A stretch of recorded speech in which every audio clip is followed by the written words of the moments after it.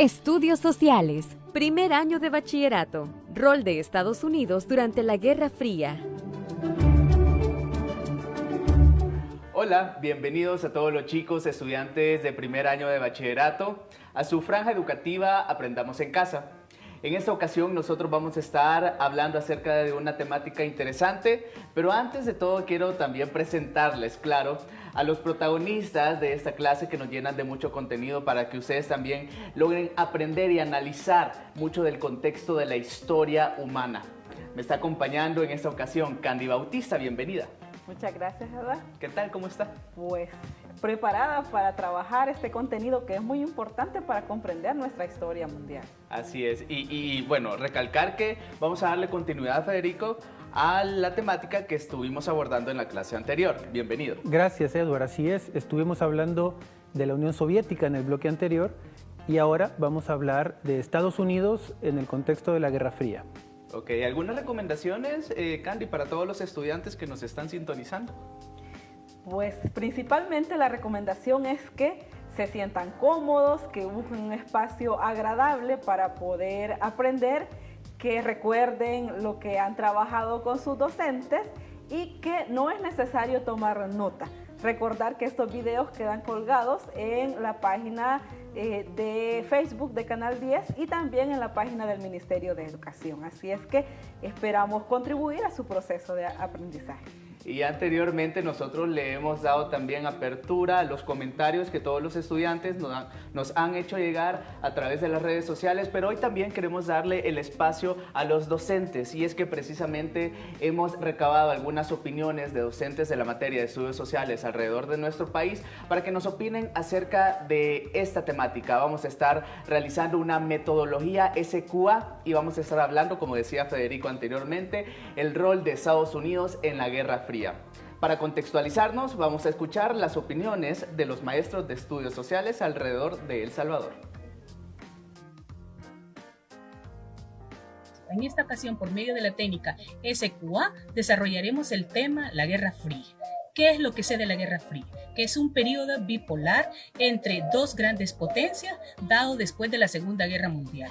Estamos hablando del poder de los Estados Unidos y la Unión de Repúblicas Socialistas Soviéticas, conocida como la URSS. Estados Unidos entró en conflicto con la Unión Soviética ideológicamente, culturalmente, sociológicamente, y esto pues se extiende a sus aliados, ¿verdad? Tanto del bloque capitalista que en ese momento era Estados Unidos, como el bloque socialista que lo conformó la Unión Soviética y sus aliados. Por su parte, la Unión Soviética quería instaurar la mayor cantidad de países que fuera posible su modelo económico, político y social basado en el comunismo.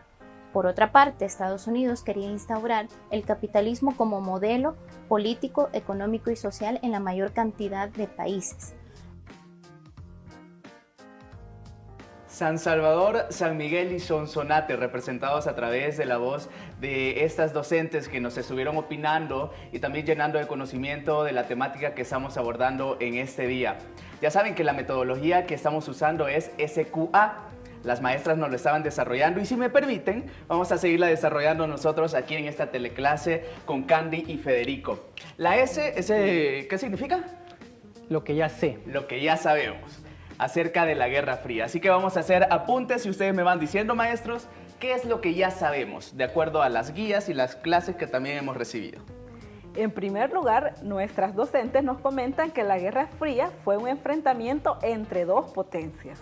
Podemos apuntar entonces que la Guerra Fría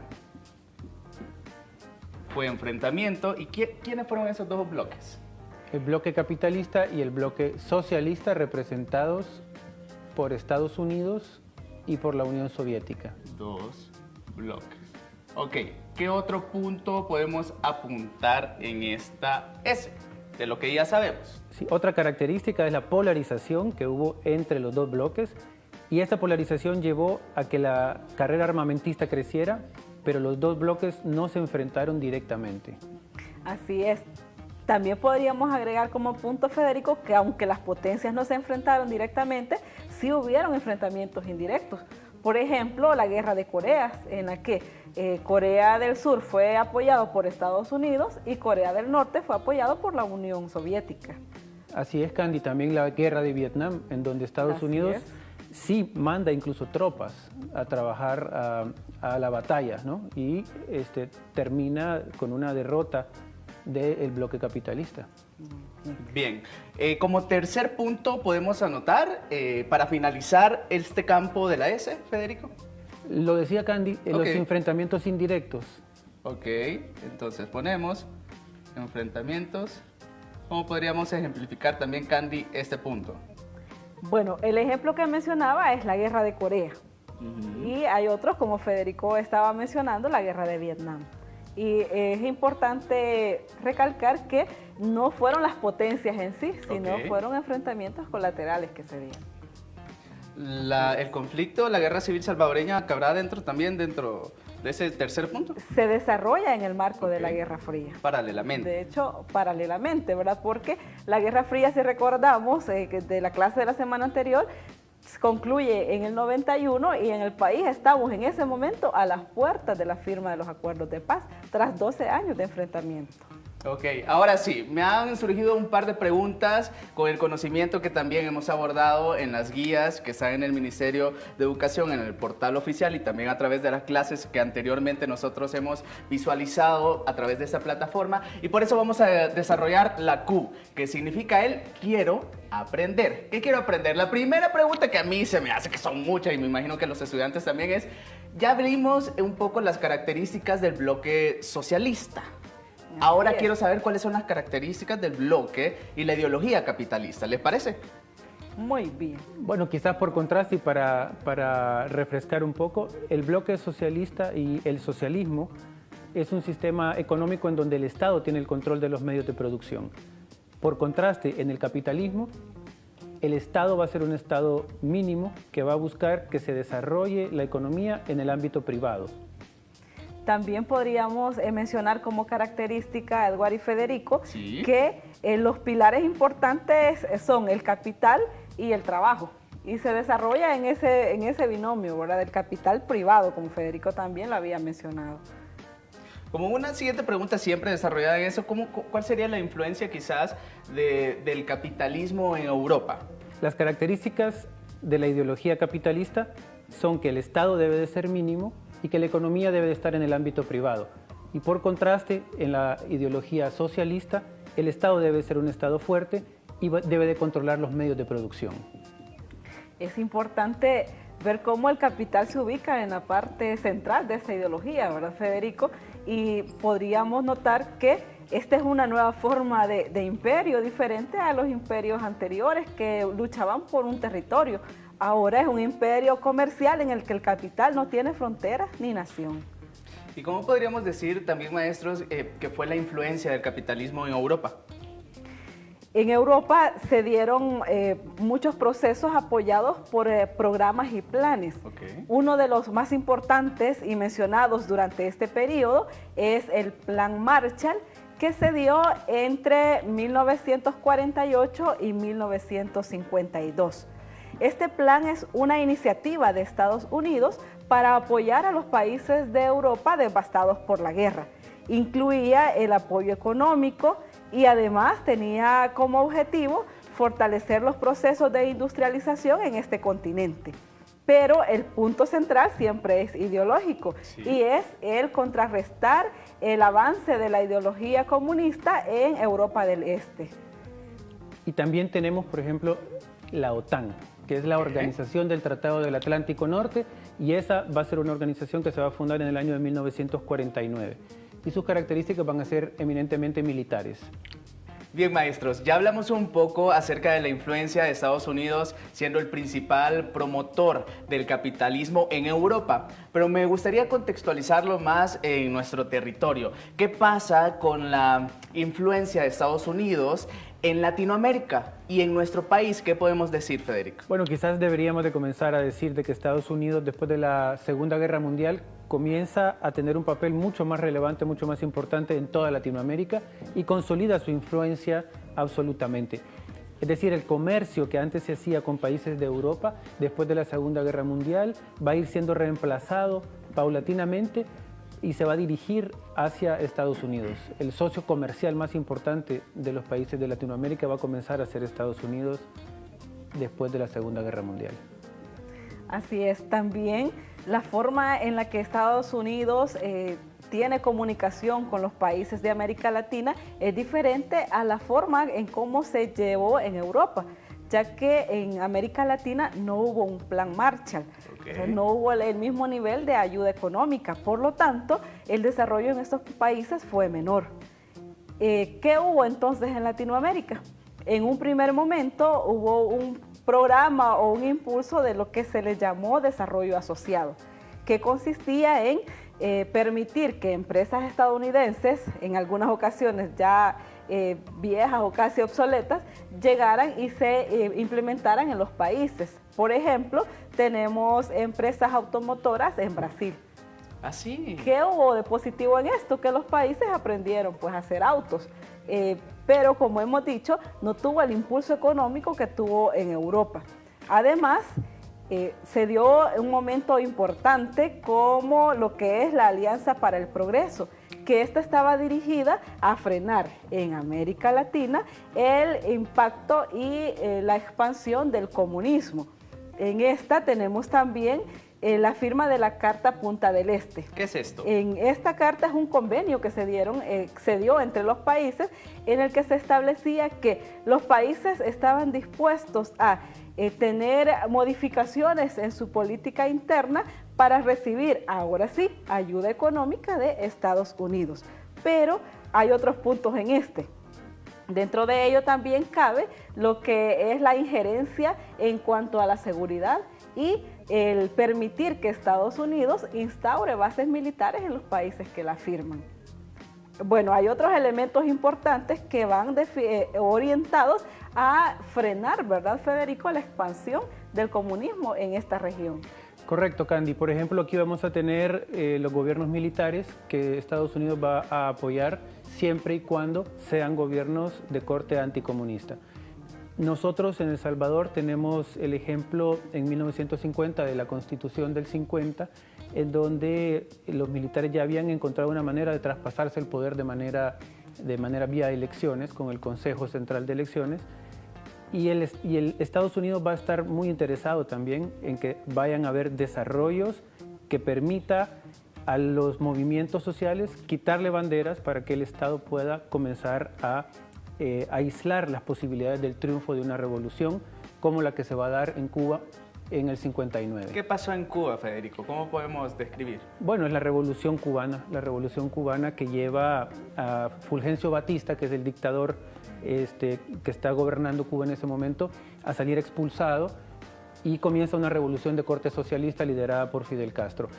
Cuba va a ser entonces una gran sorpresa para la política exterior de Estados Unidos, porque Estados Unidos ha tratado de consolidar su hegemonía en el Caribe ya con bases militares, pero Cuba está en sus narices desarrollando un proyecto socialista. Y Latinoamérica está volteando a ver el ejemplo de Cuba. Esto entonces va a generar una influencia política de Estados Unidos para repeler el comunismo en toda América Latina, y se van a apoyar entonces políticas de corte reformista, políticas que no buscan instalar el socialismo efectivamente, pero que buscan quitarle banderas al movimiento social para que no se desarrollen movimientos de corte socialista. Así es, en ese proceso también tenemos el impulso de El Salvador en el aparato económico, ¿verdad, Federico? Por ejemplo, a finales del gobierno de Osorio tenemos el impulso a la educación, un impulso también a las agroexportaciones, que era un modelo que ya se había debilitado en años anteriores. Correcto, ahí va a haber inversión en vivienda. Se empieza a hablar de la reforma agraria también, ya no solo desde las plataformas de la concepción del Partido Comunista, sino que va a haber una concepción socialdemócrata sobre la reforma agraria, que es finalmente la que vamos a tener desarrollada en el país. Podemos hablar también un poco en el contexto de la crisis de los misiles. ¿A qué hacemos referencia cuando hablamos acerca de esto, Candy? Bien, quiero recordar algo, que hemos dicho que las potencias no se enfrentaron de forma armamentística o bélica, pero sí hubo un momento en la historia en que estuvieron a punto de enfrentarse. Y justamente es el momento que menciona Edward, que es la crisis de los misiles. ¿Y a qué se refiere esta? Pues fue un momento de tensión en el que Estados Unidos, a través de su política de espionaje, envía aviones de espías y notan que en Cuba se han construido rampas de misiles. Y además observan que hay presencia soviética, de miembros de la Unión Soviética. En ese momento, Estados Unidos viene y hace un cerco a la isla, a Cuba, a través del mar y del aire. Entonces, se da lo que le llamamos eso, ¿verdad? Crisis de los misiles. Pero ¿cómo se resolvió? ¿Cómo? Pues muy importante la incidencia política en ese momento. El líder de la Unión Soviética era Nikita Khrushchev y este pide a Estados Unidos que quite el bloqueo a Cuba con la condición que ellos retiran la base que se estaba instalando militar y además que quitara, pues que Estados Unidos también retirara otras bases que tienen. A partir de eso, pues Estados Unidos accede y a partir de eso incluso hubo un momento en que se fortalece la comunicación y surge ahí lo que se le llamó el teléfono rojo, ¿verdad? Que es una vía de comunicación directa entre el presidente Kennedy y Nikita Khrushchev. Ya, era la forma de comunicarse ellos y darse indicaciones directamente. Surgió en ese momento como una respuesta ante la necesidad de entablar comunicación y llegar a acuerdos. Viendo de que la guerra nuclear era una realidad y que podía desencadenarse de manera rápida y ser realmente letal para la humanidad, deciden entonces habilitar una vía de comunicación que le permita a los presidentes cancelar cualquier acción militar para impedir que se llegue a esas hostilidades de esa manera. De inmediato. Bien, Federico, y también que podemos hablar acerca de esta organización que creo que muchos adolescentes y jóvenes hemos escuchado acerca de la OEA. ¿Qué incidencia tiene dentro también este contexto? Bueno, esto es parte precisamente del trabajo de Estados Unidos y su bloque hegemónico en América Latina.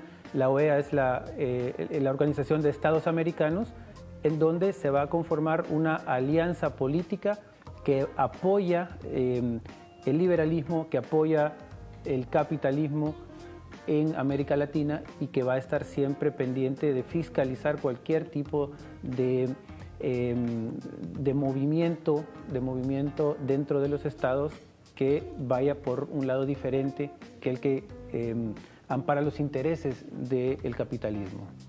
Okay. ¿Qué más podemos ahondar? Importante situar el hecho de que es la organización de los estados, entonces en ningún momento la idea es interferir en la soberanía de los estados como tal, pero sí incidir en sus decisiones, incidir en los programas y proyectos que se generen a partir de los acuerdos estatales.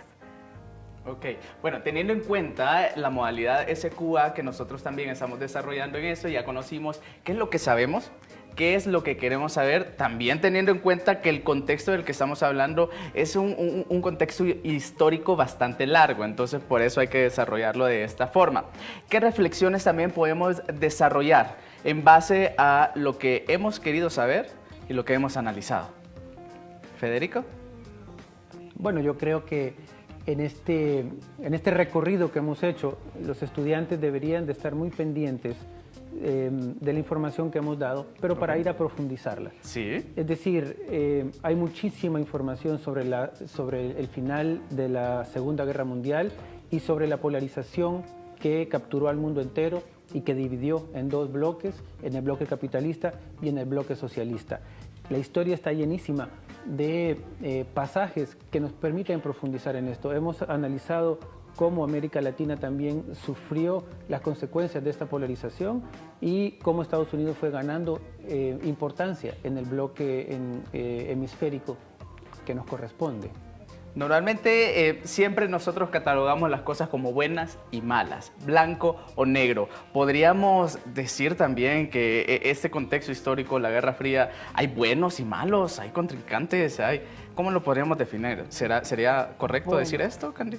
Desde el punto de vista histórico, la historia es eso, historia, y presenta diferentes bandos, diferentes puntos de vista, pero nosotros como ciudadanos somos quienes tenemos que reflexionar a partir de las acciones y decisiones, en este caso de cada uno de los bloques. Por lo tanto, no podríamos ubicar a un bando como bueno y al otro como malo, sino como aquellos que actúan a partir de su realidad, de su construcción histórica y de la forma, de la cosmovisión misma de cómo se ven como potencias, como países en el contexto y en el plano internacional.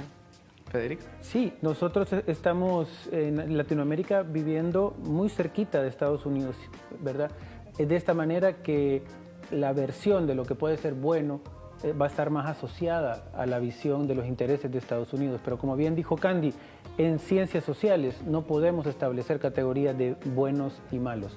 La historia tiene procesos, los conflictos tienen además de fondo siempre raíces y esas raíces pueden ser entendidas y deben de ser estudiadas. Así es. Bueno, para finalizar quizás esta metodología, ustedes ven una A en este apartado y esta A la vamos a dejar específicamente para ustedes, estudiantes que nos están sintonizando a través de la plataforma de Facebook de Televisión de El Salvador, que estamos totalmente en vivo y que queda colgada. ¿Qué significa la A? Es ¿qué aprendieron acerca de todo el conocimiento que hemos abordado, de lo que hemos platicado también en esta teleclase? Queremos que ustedes comenten sus opiniones, qué han aprendido, qué análisis, qué reflexiones sacan acerca de las realidades que nosotros estamos abordando en estas y las anteriores clases, porque ustedes, como están viendo, todo va unido y va a seguir estando unido, porque en la siguiente clase también traemos una temática que va a complementar lo que hemos hablado en este día. Así que por favor dejen su comentario debajo de este video y nosotros con gusto lo vamos a tomar en cuenta para las próximas clases. La A es directamente para ustedes. Candy, una conclusión, una reflexión de este tema sin decir todo lo que vamos a ver también el siguiente jueves. Bueno, es importante comprender. O sea, y ahí quizás quiero hacer esa aclaración, ¿verdad? Entre el conocer y el comprender. Comprender los hechos históricos y cómo inciden en las decisiones. Nosotros en algún momento acá mencionábamos, Edward, que en el contexto de la Guerra Fría, El Salvador también se enfrentó a cambios políticos muy importantes. Estábamos en un periodo de dictadura militar y posteriormente entramos a lo que fue el conflicto armado salvadoreño. Entonces, es importante comprender que hay sucesos históricos que inciden en la configuración también de nuestra historia nacional y que, como estos han incidido hasta la década de los 80, 90 en nuestro país, también hay otros sucesos, modelos que en la actualidad se están viendo y que inciden en nuestro ser como país. Así es. Gracias, Candy. Federico, ¿para complementar algo? Pues gracias. Solo recalcar algo que ya habíamos mencionado en una clase anterior, y es que la Guerra Fría en nuestros países no fue fría, ¿verdad? Porque los enfrentamientos que tuvimos desangraron nuestras sociedades y sus consecuencias y la polarización todavía se puede sentir en nuestra sociedad. Entonces es importante que conozcamos estos procesos, que los identifiquemos para forjar una sociedad que nos permita la vida en paz, en tolerancia. Todo eso. Gracias, Federico, gracias, Candy, por todo el conocimiento, por ser el vínculo del conocimiento que también nosotros estamos aprendiendo y para que ustedes lleguen también a analizar, reflexionar y a seguir investigando de todos estos momentos históricos que van a ayudar también a una mayor comprensión de nuestras realidades. Con esto nosotros finalizamos la clase de este día. Nos vemos el próximo jueves a la misma hora. Adiós.